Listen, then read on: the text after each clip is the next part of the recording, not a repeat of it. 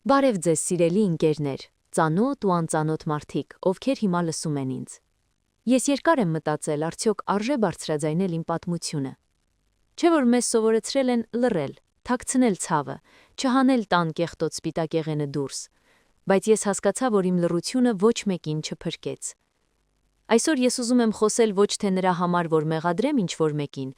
այլ որպեսզի դուք, նորապսակ աղջիկներդ, կամ դուք, մայրերդ, տեսնեք, թե ինչպես կարող է մեկի սառնասրտությունն ու մյուսի լռությունը կործանել մի ամբողջ աշխարհ։ Սա իմ պատմությունն է, առանց զարդարանքների։ Երբ ես ու Արամը հանդիպեցինք, ինձ թվում էր, թե ես աշխարհի ամենաերջանիկ աղջիկն եմ։ Նա այնքան ուշադիր էր, այնքան հոգատար, մենք ժամերով քայլում էինք ու երազում մեր ապագա տան մասին։ Ես գիտեի, որ նա մոր հետ է ապրում, գիտեի, որ անուշ մայրիկը նրան միայնակ է մեծացրել, ու ես պատրաստ էի սիրել այդ կնոջը որպես սեփական մորս։ Ես մտածում էի, եթե նա այսպիսի լավ տղա է մեծացրել, ուրեմն ինքն էլ հրաշալի մարդ է։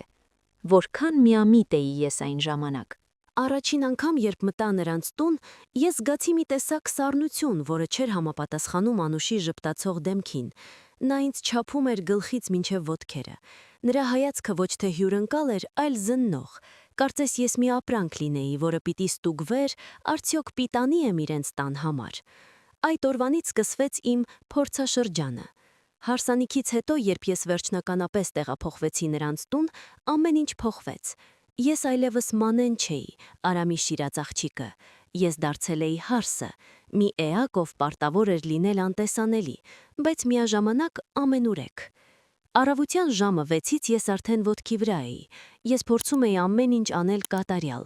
Մտածում էի, եթե տունը փայլի, եթե ճաշը պատրաստ լինի, եթե ես լինեմ հարգալից, նա կսիրի ինձ։ Բայց Անուշի համար կատարելությունը գոյություն չուներ։ Եթե ես հատակը լվանում էի, նա գալիս էր ու մատով ստուգում պահարանի ամենավերին անկյունը, որտեղ մի թեթև փոշի էր մնացել, ու հառաչելով ասում. Մանե ջան, մեր ժամանակ հարսները գիտեին մաքրությունն ինչ է, հիմա դուք միայն ինստագրամներում եք լավը։ Այդ խոսքերը մխրճվում էին սրտիս մեջ, բայց ես ժպտում էի ու լռում էի հանուն Արամի։ Բայց ամենացավոտը Արամի կեցվածքն էր։ Երբ մենք սենյակում առանձին էինք լինում, նա գրկում էր ինձ ու ասում. «Մանե, դիմացիր, մայրս է, տարիքով է, մի քիչ բնավորություն ունի, բայց քեզ սիրում է»։ Բայց նա երբեք, լսում եք, երբեք մոր ներկայությամբ ինձ չպաշտպանեց։ Նա գերադասում էր նայել հեռուստացույցին կամ հեռախոսին, երբ մայրը սկսում էր իր հերթական դասախոսությունը իմ թերությունների մասին։ Ես զգում էի, թե ինչպես է իմ սերը կամաց-կամաց վերածվում հիասթափության։ Ես սիրում էի մի տղամարդու, ով իրականում դեռ մոր փոքրիկ տղան էր։ Անուշը շատ նուրբ էր գործում։ Նա Արամի մեջ կասկածներ էր սերմանում։ Երբ ես աշխատանքի պատճառով մի քիչ ուշ էի տուն գալիս, նա Արամին ասում էր. «Տեսնում ես, տղաս, տունը սառն է, կինդ իր շահն ավելի բարձր է դասում քո հանգստից։ Ես քո հորը սպասելիս դուռը երբեք փակ չէի պահում, իսկ սա»։ Ու Արամը սկսում էր ջղայնանալ ինձ վրա։ Մենք սկսեցինք վիճել անդադար։ Մեր տունը, որը պիտի լիներ մեր ամրոցը, դարձել էր մի վայր, որտեղ ես ինձ օտար էի զգում։ Ես վախենում էի խոհանոց մտնել, վախենում էի սխալ բառ ասել։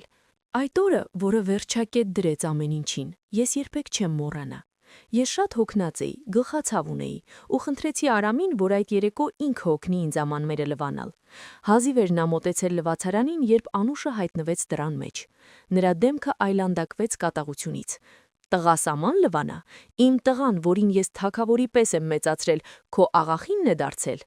Ես փորձեցի բացատրել, որ վատ եմ զգում, բայց նա չէր լսում։ Նա մոտեցավ ինձ այնքան մոտ, որ ես զգում էի նրա շնչառությունը ու ատելությամբ լցված ձայնով ասաց. «Դու ընդհանրապես ով ես, որ իմ տանը կարգեր ես սահմանում։ Ես քեզ առաջին օրվանից ասել եմ, իմ տղան քեզ համար չէր։ Նա արժանի էր մի հեզ աղջկա, որը կպաշտեր իրեն ու իր մորը, այլ ոչ թե քեզ պես հանդուգնին։ Դու չես հասնի մեր մակարդակին, դու միշտ լինելու ես մեր տան պատիժը»։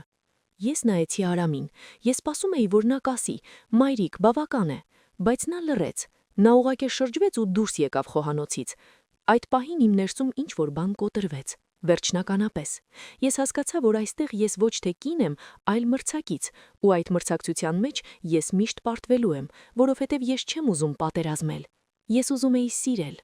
Ես հավաքեցի իմ իրերը։ Անուշը կանգնած էր միջանցքում ու հեգնանքով նայում էր ինձ։